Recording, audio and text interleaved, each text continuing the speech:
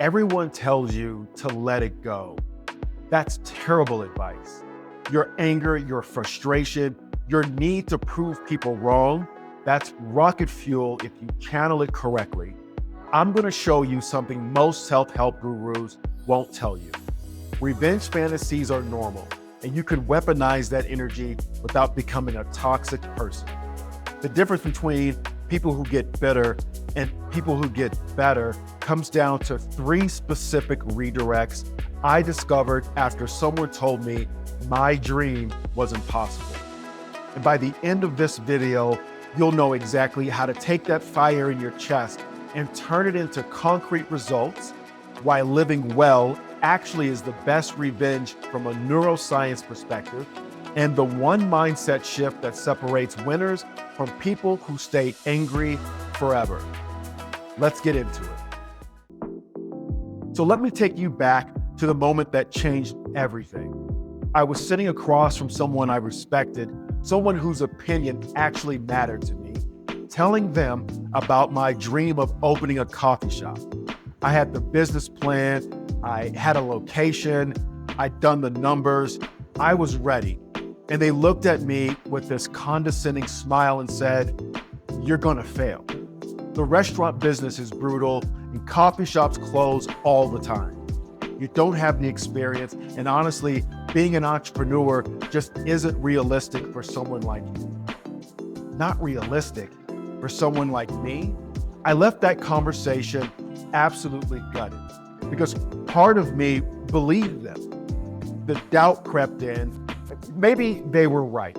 Maybe I was being naive. Maybe I should just play it safe. And there was another part of me, this stubborn, almost irrational part that whispered, "Watch me." I spent the next few weeks in this weird limbo. I'd wake up motivated, work on my business plan, and then hit a wall of doubt and spiral. I kept hearing their voice, "Not realistic for someone like you." Here's what I didn't realize. That voice was about to be the fuel for 12 years of success.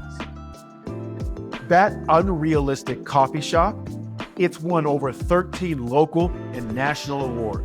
And every single one of those accolades reminds me that the only person who gets to decide what's realistic for your life is you. And I had to learn how to use that frustration correctly. Because here's the thing, your brain doesn't distinguish between productive revenge and destructive revenge. You have to teach it the difference.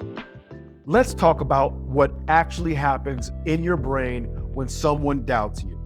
When someone dismisses your dream, your brain releases cortisol, the stress hormone. And it also activates your dopamine system, which controls motivation and reward. That burning feeling in your chest, that's your brain preparing you to take action. It's actually an evolutionary advantage. And here's where most people screw this up. When you fantasize about proving someone wrong, imagining them seeing your success, admitting they were wrong, feeling regret, your brain releases a small hit of dopamine, just enough to feel satisfying in the moment, and that's the trap. Your brain treats the fantasy like it's real progress. You get a reward without doing the work. This is why people spend years imagining their comeback and never actually building it. I fell into this trap hard during those first 6 months. I'd be grinding at the shop, barely breaking even, and I'd catch myself daydreaming about the person walking in, seeing the line out the door, realizing they were wrong. That fantasy felt so good that sometimes I'd spend 30 minutes just imagining it instead of actually working. The shift happened when I realized every minute I spent imagining their regret was a minute I wasn't spending making my business better.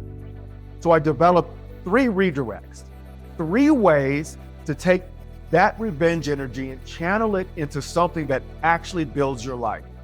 These 3 redirects took me from barely surviving to winning awards, and they'll work for you too, no matter what industry you're in. Redirect number 1, from I'll show them to I'll show myself what I'm capable of. The first redirect is brutal because it requires you to get honest about who you're really building for. When you're focused on proving someone else wrong, you're still giving them power. They're still the measuring stick for your success.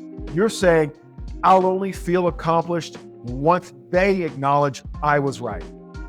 That's emotional quicksand.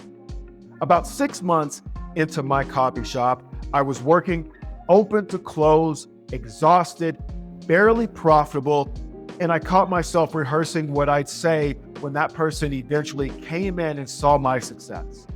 Then I asked myself, what if they never come? What if they never notice? What if they still think I'm foolish? And I'm seriously gonna waste years chasing validation from someone who probably forgot about me a week after that conversation. That question broke something open. I realized I wasn't building the shop to prove them wrong anymore. I was building it to prove to myself that I could create something excellent, that I could master the craft, that I could build a business that served my community at the highest level.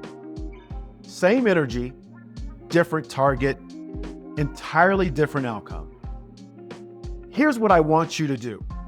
Write down the name of the person you're trying to prove wrong. Now, cross it out and write your own name. This is about meeting your standards, not exceeding their limited imagination of you. Redirect number 2, from they'll regret doubting me to I'll build something undeniable. This regret is about changing what you're aiming at. Revenge is what psychologists call an avoidance goal. You're trying to move away from pain, away from feeling small, away from being doubted. The problem with avoidance goals is they have a shelf life. Once you're far enough from the pain, the motivation evaporates. Approach goals are different. They're about building towards something specific, and they compound. Every step forward gives you momentum. So I flipped the script. Instead of trying to escape the pain of being doubted, I asked, what would make me genuinely proud, regardless of who's watching? For me, that looked like perfecting our espresso to the point where coffee snobs chose us over change, training a team that genuinely cared about the craft, creating a space where people felt like they belonged, winning recognition from people who actually understand coffee and community. I stopped trying to haunt their conscience and started building something that the market would validate. Here's the beautiful part. The market doesn't care about your backstory. It doesn't care who doubted you. It only cares if you deliver value. When you win in the market, that's validation nobody can argue with. Your turn. Take your biggest source of anger and flip it into building a goal. If they said you would fail, what does building something undeniably successful look like? Be specific. Give yourself a target worth hitting. Redirect number 3, from seeking their validation to collecting your own evidence. This is the redirect that changes everything. Most people want revenge because they want validation. They want the person who doubted them to admit they were wrong, to apologize, to witness their success and feel regret. And external validation is an addiction you can never satisfy. Even if they did apologize, you'd find someone else who doubted you. It's a hamster wheel. What you actually need is evidence, proof, data that verifies you were right to bet on yourself.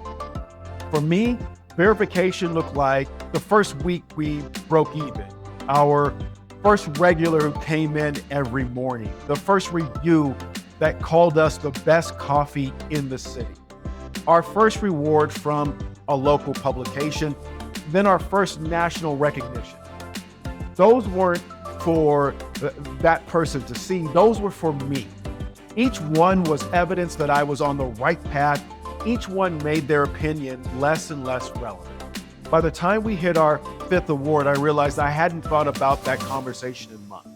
Not because I forgave them or let it go. It was because I built something so real that their doubt couldn't touch it anymore. That's the goal.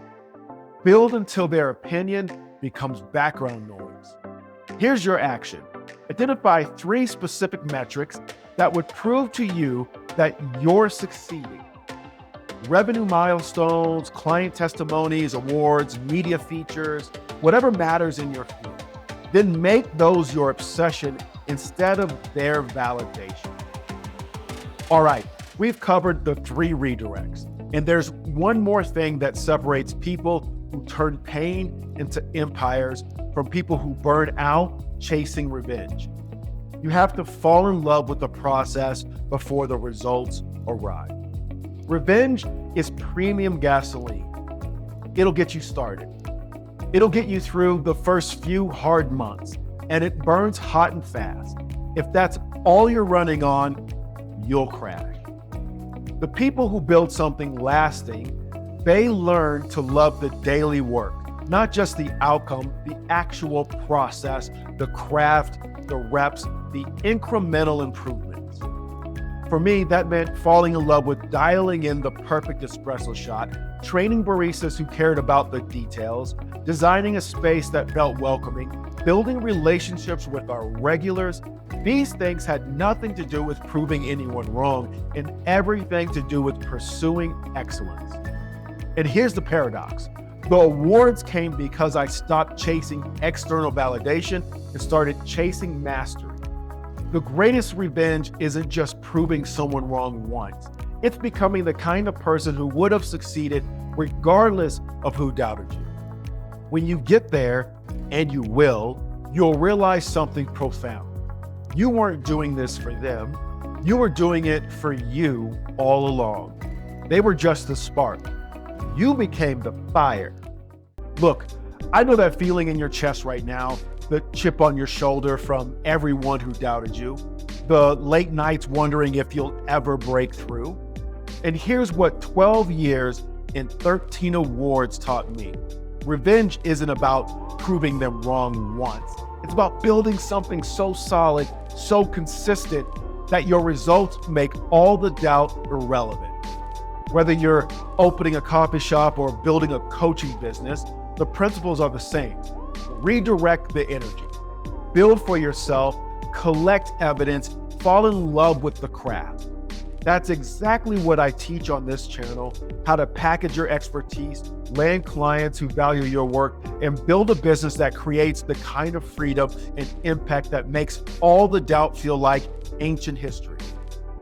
If you're a coach or consultant who's ready to turn your expertise into something undeniable, subscribe and hit the notification bell. I drop new videos every week on client acquisition, offer creation, and building a business that's about more than just proving people wrong.